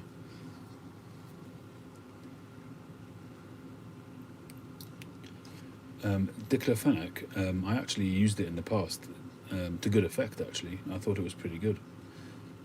It's a kind of ibuprofen, isn't it? It's a stronger ibuprofen.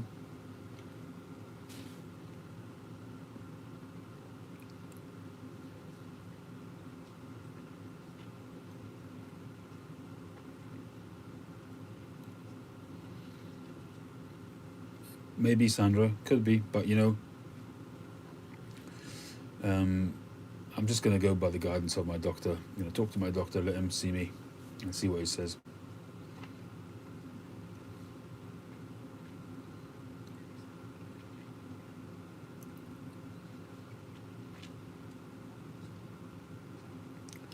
Crushed vertebrae doesn't sound good.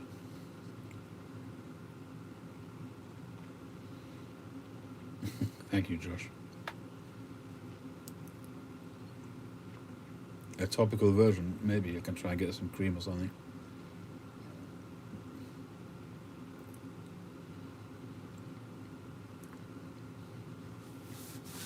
Just divorce her, Bona, just divorce her.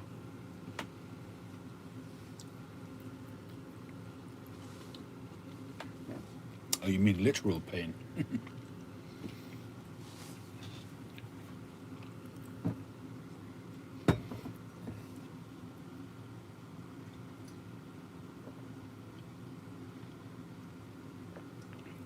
You're still awake, Charlie?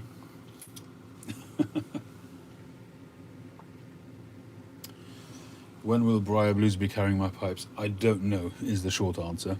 I did put together a whole batch of pipes there to send to him. But I have to just discuss with him because he's very worried about the taxes he's gonna have to pay. So I've got to just sort that out, and hopefully I'll send them under the radar, and hopefully he gets them safe and sound. But yeah, if I've got to send them to him officially, it's probably not worth doing. He gets taxed literally to the nines. It's just stupid. Voltaren. Okay. You're not talking about Voltarol, are you? I think Voltarol is more like a blood thinner. Voltaren. My dad uses Voltarol, or he did anyway. I'm not sure what he's using nowadays.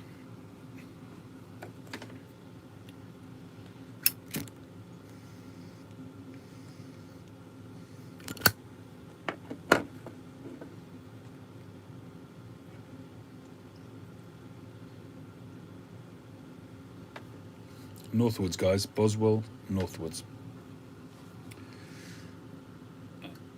Smoking my third blend tonight, and I just wasn't enjoying anything else smoking, and I'm not enjoying Northwards as much as I usually do either, but at least it's something I can rely on. If you like Balkan blends, try it. It's for pain, right? Okay. My dad's had sciatica for years. I just didn't want to discuss it with him. He's got enough on his plate. He didn't need to worry about me either.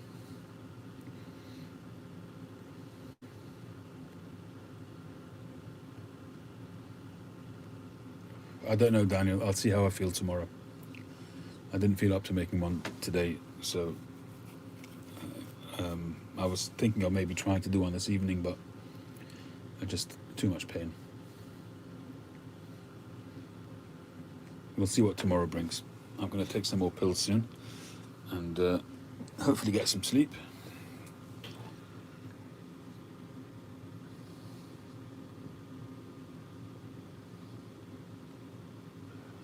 Yeah, well, funny you should say that, North Country. Most of you have already seen this. My son brought me a pouch of this stuff on Friday. He said, smoke that, you'll feel fine. This is CBD. It's not marijuana, but it's a derivative. Completely legal, so it's not a problem. I mixed a bit of, I posted a picture of this mixed in with some other tobacco, and I got such a flurry of messages from people saying don't mix it, just take it neat as it is and smoke it and inhale it. That will be smoking in a pipe and not inhaling it wouldn't give you the benefit. So anyway, I did put it in a pipe and I smoked it normally like I would in a pipe, and that, even without inhaling it, after a few puffs I just didn't like the sensation and I just dumped it. I'm not one of these I'm not into taking stuff which alters your state of mind in any way. Hey Jeff.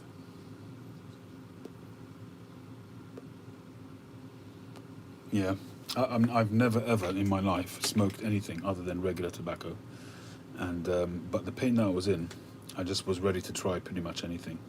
But like I say, 2 or 3 puffs of it and I just put it down.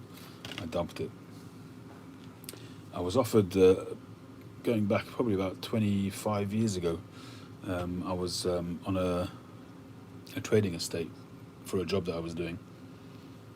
I worked for a real estate company at the time, and one of our tenants ran a cafe on the estate, and he offered me some pot, and I just declined. He couldn't understand why I was declining a free hit.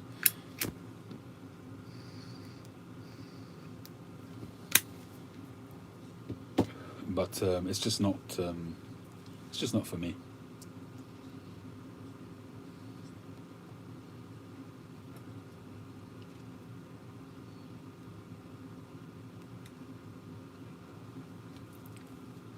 Yeah, so he did say that he might get. They were out of stock of the cream, so the cream I might try. And he said they got some sweets and things like that which you can eat, so I might try that. But the topical stuff, as long as it doesn't affect your head, then I don't mind giving that a try.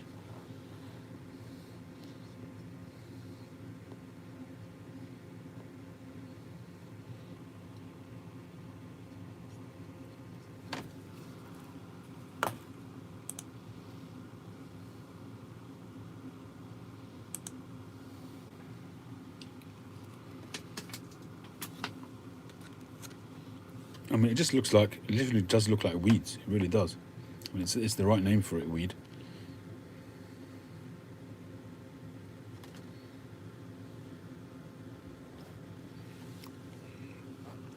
I don't necessarily mean stone, Tim. I hear what you're saying. And mind altering was the wrong terminology that I used. I don't mean mind altering. But as soon as I started smoking this, I felt my face getting flushed and sort of like this heavy feeling, which is probably what it's supposed to do. But I just don't enjoy it. So, not much point.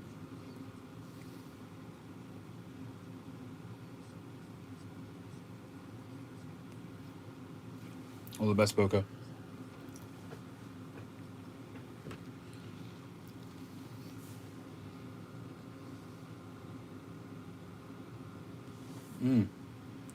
No problem at all, Jeff.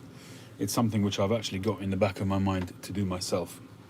I was actually mentioning it to my kids just the other day that I've got to start branching out and doing other stuff, not just pipes.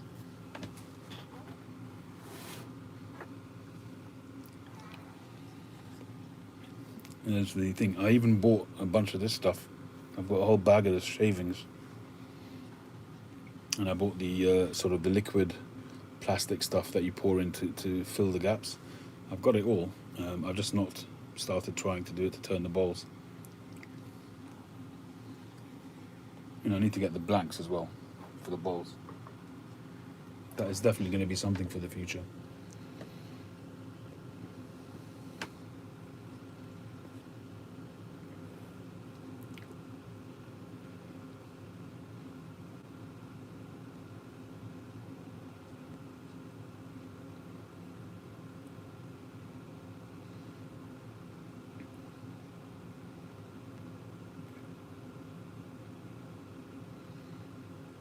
Yeah, I think, Boris, you can get all of that stuff here as well. I think you can get chocolate, sweets, and gum, and there's loads of different things you can get nowadays, I think.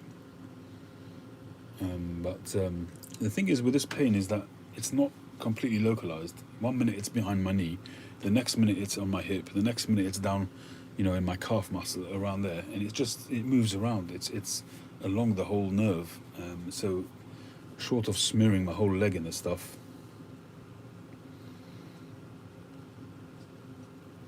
Yeah, Daniel, could make tampers. I think you've asked me that in the past.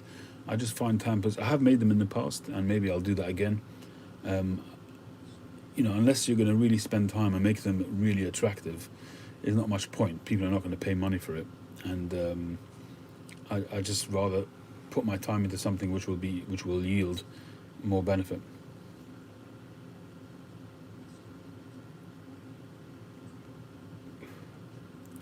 Yeah, that might be a good idea, Christian. I have to ask the doctor about that.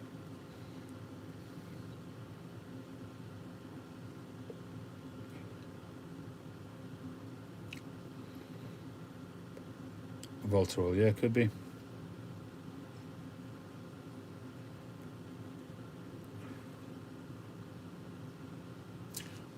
Yeah, Sandra, we have talked about that as well, and that's probably what we're going to be doing for a while, until we can get rid of the Mazda.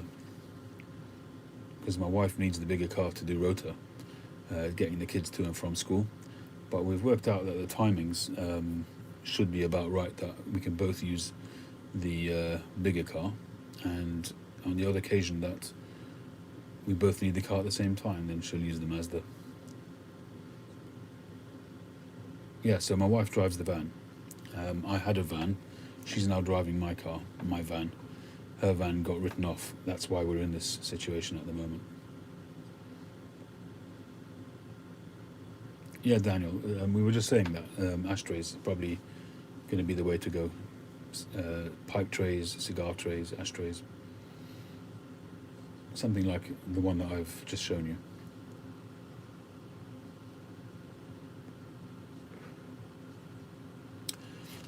I do some photography work at a particular place quite often, so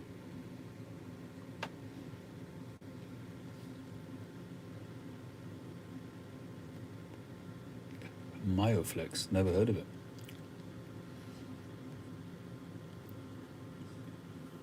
I think the pain management is really just it's just that, it's pain management. I need to first, I mean, obviously I need to manage the pain in the meantime as well, but I'm much more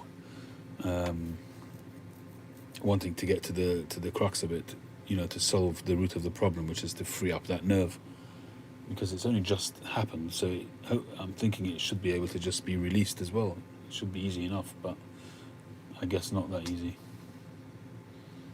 Yeah, exactly, James.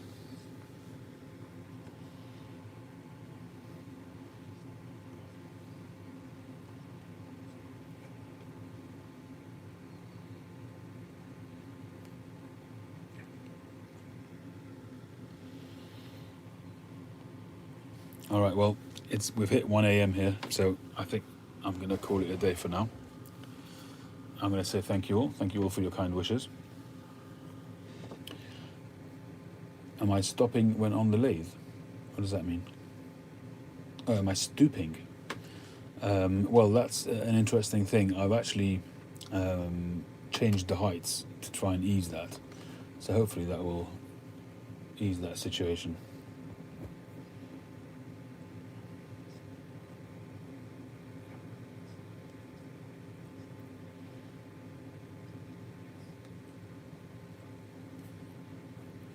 Yes, John, that's Boswell's. Yeah, online it's Boswell Pipes. It's in America. All right. Thanks, everybody. Thank you, Simplex. Thank you, Tim. Thank you, John. Thank you, Boris. Thank you, James. Thank you, North Country Fisher. Thank you, Jeff. Thank you, Sandro. Ciao, Sandro. Thank you, Mike. Thank you, Bona. Christian. Thank you, Josh. Daniel. Brian. Ken.